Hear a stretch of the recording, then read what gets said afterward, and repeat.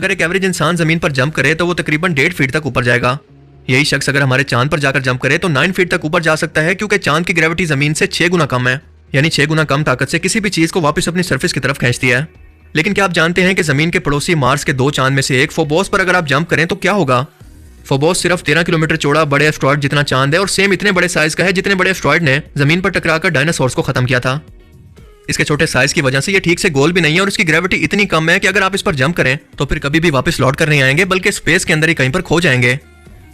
अल्लाह पाक मुझे तौफीक दे कि मैं अपने रिश्तेदारों को भी ये कमाल की जगह दिखा सकूं। समझ रहे हो ना? इससे भी ज्यादा हैरत अंगेज बात यह है कि अगर जमीन पर किसी चीज का वजन है 50 किलोग्राम तो फोबोस पर 86,000 किलोग्राम का मैस आपको सिर्फ जमीन के 50 किलोग्राम जितना ही महसूस होगा। सो अगर आप भी भारी वजन नहीं उठा पाते तो टेंशन बिल्कुल मत लें, आप सिर्फ गलत जगह पर हैं। क्या आप जानते हैं कि इंसानों का बनाया गया अब तक का सबसे महंगा और सबसे बड़ा स्ट्रक्चर जो कि जमीन पर नहीं बल्कि 24 साल पहले 1998 में कई पीसेस के अंदर खला के अंदर छोड़ा गया था, यानी इंटरनेशनल स्पेस स्टेशन, जिसकी उम्र अब पूरी होने को है, जहां पर साइंटिस्ट सालों से माइक्रोग्रेविटी के इंसानी जिस्म पर असरात के तजुर्बात कर रहे हैं ताकि इंसान एक दिन इस खला के माहौल को समझकर यूनिवर्स में ट्रैवल कर सकें।